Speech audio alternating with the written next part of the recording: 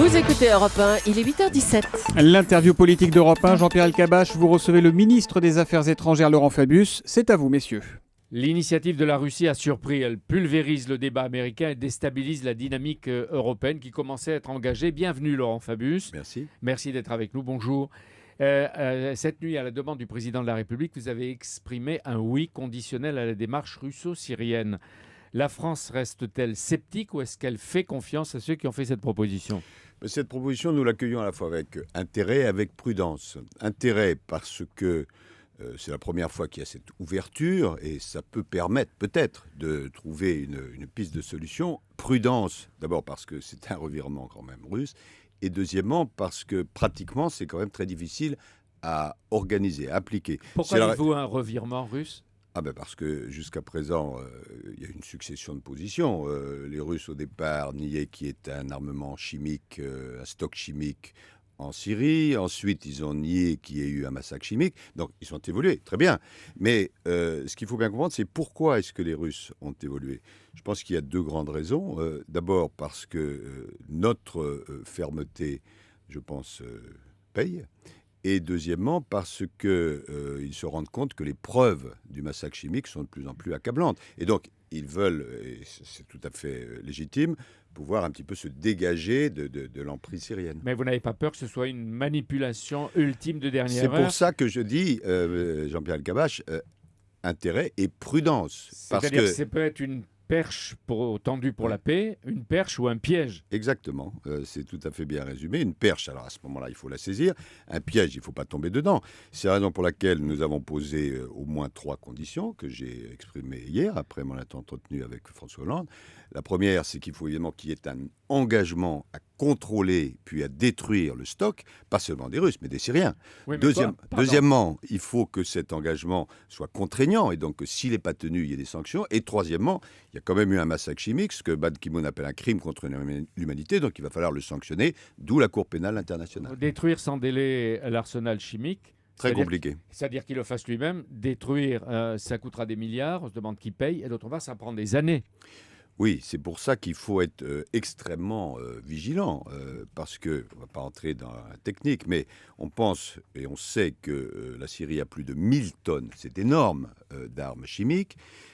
Ces armes, évidemment, elles sont très difficiles à la fois à localiser et puis à détruire. Ça prend beaucoup de temps. On est dans une réalité de guerre civile, donc vous imaginez les difficultés. Et ce n'est pas, évidemment, les Syriens et les Russes auxquels eux seuls on peut faire confiance. Donc il faut qu'il y ait un contrôle international. D'ailleurs, vous avez vu que Ban Ki-moon, le secrétaire général des Nations Unies, est allé dans le même sens que nous. Si la proposition russe est recevable, pourquoi n'est-ce pas la France qui, la première, a fait cette proposition, Laurent Fabius ? Nous avons discuté souvent avec Sergueï Lavrov et avec les Américains, avec d'autres, du contrôle et la destruction des armes chimiques. Mais jusqu'à présent, les Russes ne le refusaient complètement. Donc, je reviens sur le point qu'il faut avoir présent à l'esprit, c'est que je pense que l'attitude que nous avons eue dès le début, qui est la fermeté réfléchie, c'est cette attitude-là qui peut permettre d'avancer. C'est-à-dire que vous êtes allé peut-être avec le président de la République un peu vite en première ligne. Vous pensez que vous avez eu raison de marquer par de la fermeté votre position ? Mais pourquoi pensez-vous que les Russes ont évolué ? C'est pour plaire à nos beaux yeux ? Non, c'est parce qu'il y a eu un début de coalition dans lequel la France a sa pleine place, disant nous voulons à la fois la sanction et la dissuasion, c'est-à-dire la sanction du crime contre l'humanité et la dissuasion pour qu'on retire à M. Bachar el-Assad le permis de tuer. Et à partir de notre fermeté commune, eh bien à ce moment-là, les Russes évoluent, tant mieux. Mais il faut en même temps rester prudent. Les États-Unis se disent prêts à discuter des armes chimiques avec les Russes. Est-ce que ce matin, Laurent Fabius, la France réclame avec votre voix d'être associée à toutes ces discussions ? Et bien sûr, elle sera associée. D'ailleurs, j'aurai dans la journée à la fois mon collègue américain, je dois me rendre en Russie au début de la semaine prochaine, j'aurai mon collègue chinois, nos collègues européens, le secrétaire général des Nations Unies. C'est une discussion permanente. À l'égard de Bachar el-Assad, l'objectif était de l'obliger à négocier une solution politique. Oui. Est-ce que vous répétez ce matin, au bout du bout, il doit partir ?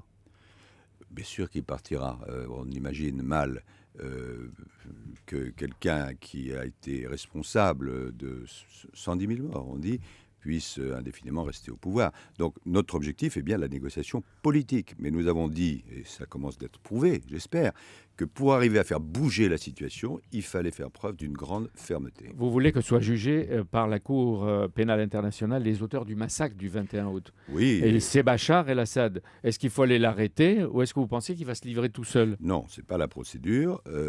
D'ailleurs, il y a eu une résolution du Conseil de sécurité il y a longtemps qui a été proposée pour aller en ce sens. Et M. Ban Ki-moon lui-même a dit crime contre l'humanité. Quand il y a crime contre l'humanité, il faut qu'il y ait une saisine.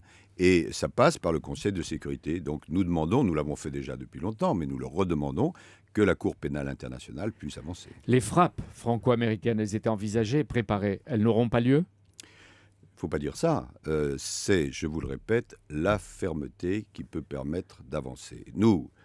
Pour nous, la fermeté, ça veut dire que si Bachar el-Assad n'accepte pas la dissuasion, c'est-à-dire qu'on lui supprime son permis de tuer, il faudra bien sûr une réaction. Oui, mais il continue à tuer. Il a le permis pour tuer avec des armes conventionnelles. Aujourd'hui, oui. Oui, Oui. Il est en train de massacrer peut-être les chrétiens de Maaloula qui appellent au secours et qu'il faut aider. Exactement. Mais ça veut dire que les frappes restent comme l'épée de Damoclès, une menace sur la tête de Bachar el-Assad. Exactement.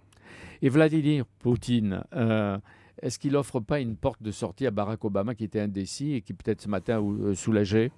Écoutez, je ne suis pas dans la tête de M. Poutine, mais je pense qu'il s'offre peut-être une porte de sortie à lui-même. Parce que rester attaché comme un rocher à M. Bachar el-Assad, dont tout le monde reconnaît maintenant à la fois qu'il a un armement chimique terrifiant et qu'il est responsable d'un massacre chimique, c'est très lourd. Mais Laurent Fabius, est-ce que Poutine ne marque pas le retour, malgré tout, sur la scène mondiale de la Russie, grande puissance? C'est-à-dire qu'il faut l'écouter. Pardon ? Et il faut l'écouter, Poutine. Mais il faut toujours l'entendre, bien sûr, et nous avons à beaucoup de reprises discuté avec les Russes, et je vous le dis, je me rends, c'était prévu d'ailleurs, à la fin de la semaine, au début de la semaine prochaine. Le président François Hollande attendait pour s'exprimer le vote du Congrès américain, on voit qu'il est retardé, et le rapport des inspecteurs de l'ONU. On n'en parle presque plus. Est-ce que le président va s'adresser bientôt aux Français ou est-ce qu'il ne doit pas s'adresser plus vite que prévu aux Français? Oui, il s'adressera aux Français, bien sûr, mais je pense qu'il a eu raison de dire qu'il s'adresse aux Français lorsqu'il a les différents éléments en main. Les choses ont déjà bougé plusieurs fois. Rappelez-vous que la semaine dernière, on nous réclamait un vote à l'Assemblée nationale. Bon, quel sens aurait eu le vote dans les conditions? Il y a le rapport des inspecteurs, donc il faut l'avoir probablement, même certainement la semaine prochaine. À partir des différents éléments, le président de la République s'exprimera. Mais ayez à l'esprit ceci, depuis le début, nous disons dissuasion et sanction. Sanction, puisqu'il y a eu un crime massif, dissuasion pour éviter que ça recommence. Et c'est cette même ligne de fermeté réfléchie que nous tenons. Une dernière question. Est-ce que la Syrie ne fait pas oublier d'autres dangers, d'autres menaces? Tout indique que l'Iran est en train de progresser vers le nucléaire militaire.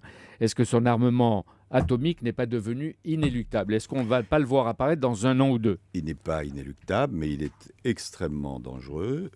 Et j'ai toujours considéré que derrière le drame syrien, il y avait la menace du nucléaire iranien. Et vous comprenez bien que c'est seulement en étant très ferme sur l'affaire syrienne qu'on peut arriver à dissuader les Iraniens d'aller vers l'arme nucléaire, ce qui, tout le monde le comprend, dans cette région éruptive, serait un drame absolu. Le moment n'est pas venu pour vous d'aller à Téhéran? J'ai eu mon collègue iranien au téléphone l'autre jour et je le verrai à la fin du mois à l'ONU. Donc je verrai, moi, ministre des Affaires étrangères français, le ministre des Affaires étrangères iranien. Merci Laurent Fabius. Je ne vous retarde pas puisque vous avez un rendez-vous tête à tête dans un instant avec le président de la République. Comme chaque semaine. Voilà, et pour le reste avec ces nouveaux événements qui viennent de Russie et des États-Unis. Merci à vous.